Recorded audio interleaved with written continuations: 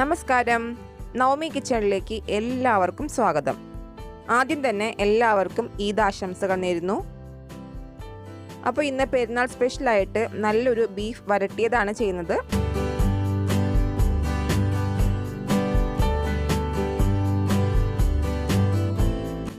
അപ്പോൾ നമുക്ക് വീഡിയോയിലേക്ക് പോവാം. അതിന് വേണ്ടിയിട്ട് 700 ഗ്രാം ബീഫാണ് എടുത്തിരിക്കുന്നത്. ബീഫ് ചെറിയ കഷ്ണങ്ങളാക്കി നുറുക്കി ഉപ്പും വിനാഗിരിയും ഒഴിച്ച് നന്നായി കഴുകി വൃത്തിയാക്കി എടുത്തിരിക്കുന്നതാണ്. ഇനി നമുക്ക് ഈ ബീഫ് ഒന്ന് വേവിച്ചെടുക്കണം. അതിന് വേണ്ടിയിട്ട് ഒരു കുക്കറിലേക്ക് ഇട്ട് കൊടുക്കാം. അതിലേക്ക് ഇനി 1 ടേബിൾ സ്പൂൺ മല്ലിപ്പൊടി, 1 ടീസ്പൂൺ മുളക് പൊടി, 1/4 ടീസ്പൂൺ മഞ്ഞൾപ്പൊടി, ഒരു ചെറിയ കഷ്ണം പട്ട, 3 ഗ്രാമ്പു, ഒരു ചെറിയ കഷ്ണം തക്കോലം, 1 ടേബിൾ സ്പൂൺ ഇഞ്ചി വെളുത്തുള്ളി ചതച്ചത്, 1 പച്ചമുളക്, 1 തണ്ട് കറിവേപ്പില, 1/4 കപ്പ് തേങ്ങാക്കൊത്ത്. ഇത് ഓപ്ഷണലാണ്, പക്ഷെ ഇത് ചേർത്ത് കഴിഞ്ഞാൽ ഈ ബീഫിന് പ്രത്യേക ഒരു സ്വാദാണ് കിട്ടുക. പിന്നെ ഉപ്പ് ആവശ്യത്തിന് ഇട്ട് കൊടുക്കാം. ഇതിലേക്ക് ഇനി 1 ടേബിൾ സ്പൂൺ വെളിച്ചെണ്ണ ഒഴിച്ചു കൊടുക്കാം. ഇതിലേക്ക് 1 ടീസ്പൂൺ വിനാഗിരിയും കൂടെ ഒഴിച്ച് ഇതിനി നന്നായിട്ട് മിക്സ് ചെയ്തെടുക്കണം.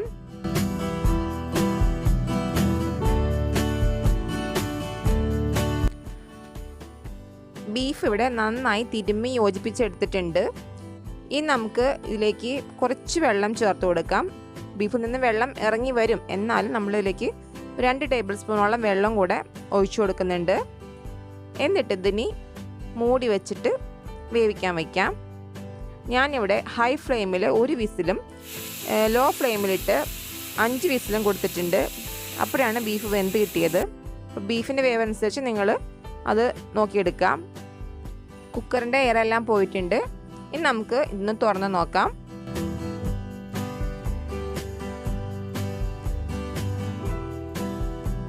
ബീഫ് ഇവിടെ നല്ല പാകത്തിന് വെന്ത് വന്നിട്ടുണ്ട്. ഇതിലിപ്പോൾ കുറച്ച് വെള്ളമൊക്കെ ഉണ്ട്, പക്ഷെ അത് കുഴപ്പമില്ല. നമുക്കതിനി വരട്ടിയെടുക്കുമ്പം വറ്റിച്ചെടുത്താൽ മതി കേട്ടോ. ഇനി നമുക്ക് ബീഫ് വരട്ടിയെടുക്കാം. അതിന് വേണ്ടിയിട്ട് ഒരു പാൻ അടുപ്പത്തേക്ക് വയ്ക്കാം. നന്നായിട്ട് ചൂടാകുമ്പോൾ അതിലേക്ക് വെളിച്ചെണ്ണ ഒഴിച്ചു കൊടുക്കാം. 2-3 ടേബിൾ സ്പൂൺ വെളിച്ചെണ്ണ ഒഴിച്ചു കൊടുക്കാവുന്നതാണ്. അത് ചൂടായി വരുമ്പോൾ നമുക്കതിലേക്ക് ആദ്യം ഉള്ളി ഇട്ട് കൊടുക്കാം. ഞാനിവിടെ 200 ഗ്രാം ഉള്ളിയാണ് എടുത്തിരിക്കുന്നത്.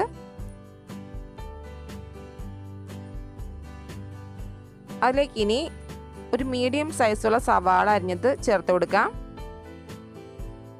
ഇനി ഇതിലേക്ക് 2 പച്ചമുളക് ഇടാം. ഒരു ചെറിയ കഷ്ണം ഇഞ്ചി ചെറുതായിട്ട് അരിഞ്ഞത് ചേർത്ത് കൊടുക്കാം. ഒരു 12 അല്ലി വെളുത്തുള്ളി ചെറുതായിട്ട് അരിഞ്ഞത് അതും കൂടെ ഇതിലേക്ക് ഇട്ട് കൊടുക്കാം. 1 തണ്ട് കറിവേപ്പിലയും കൂടെ ചേർത്ത് കൊടുക്കുന്നുണ്ട്. ഇനി ഈ മസാലയ്ക്ക് ആവശ്യമുള്ള ഉപ്പും കൂടെ ഇതിലേക്ക് ചേർത്ത് കൊടുക്കാം. എന്നിട്ട് നന്നായി വഴറ്റിയെടുക്കാം.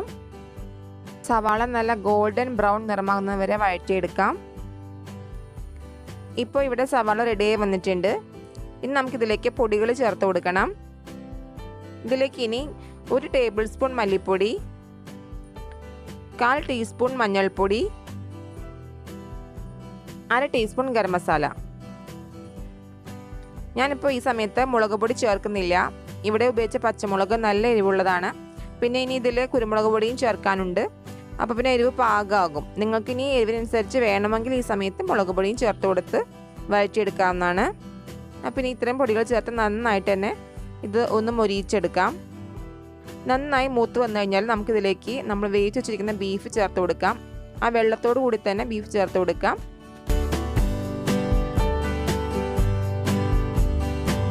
ഇനി ഇതൊരു മീഡിയം തീയിലിട്ട് ഈ വെള്ളം എല്ലാം വറ്റിച്ച് ഈ ബീഫ് നന്നായി വരട്ടിയെടുക്കാൻ വേണ്ടത്.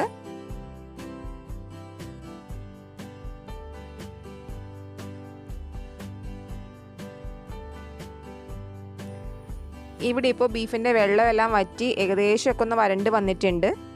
ഇനിയിപ്പോൾ നമുക്ക് ഈ സമയത്ത് ഇതിലേക്ക് കുരുമുളക് ചതച്ച് ചേർത്ത് കൊടുക്കാം.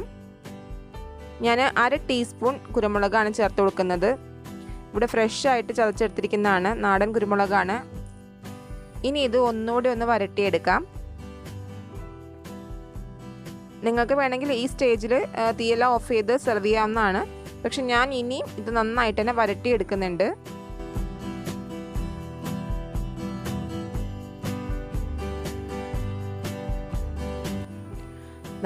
ഇപ്പോൾ ഇവിടെ ബീഫിലെ വെള്ളമെല്ലാം വറ്റി നന്നായിട്ട് വരണ്ട് വന്നിട്ടുണ്ട്. ഇതാണ് നമ്മുടെ ബീഫ് വരട്ടിയതിൻ്റെ ഒരു പാകം എന്ന് പറയണത്. അപ്പോൾ നമ്മുടെ ബീഫ് വരട്ടിയത് തയ്യാറായിട്ടുണ്ട്. നമുക്കിതൊരു സെർവിംഗ് ഡിഷിലേക്ക് മാറ്റിയാൽ മതി. അപ്പോൾ വളരെ ടേസ്റ്റുള്ളൊരു ബീഫ് റെസിപ്പിയാണിത്. എല്ലാവരും ഇങ്ങനെയൊന്ന് ട്രൈ ചെയ്ത് നോക്കുക. നിങ്ങളുടെ ഫീഡ്ബാക്ക്സ് കമൻറ്റ് ബോക്സിൽ അറിയിക്കുക. നിങ്ങൾക്ക് ഇഷ്ടമായിട്ടുണ്ടെങ്കിൽ ലൈക്ക് ചെയ്യാനും ഷെയർ ചെയ്യാനും മറക്കരുത്. ആദ്യമായി ചാനൽ കാണുന്ന കൂട്ടുകാർ ദയവായിട്ടൊന്ന് സബ്സ്ക്രൈബ് ചെയ്ത് സപ്പോർട്ട് ചെയ്യണേ. അപ്പോൾ വീണ്ടും കാണാം പുതിയൊരു വീഡിയോയുമായി. അതുവരേക്കും ബൈ. Thank you.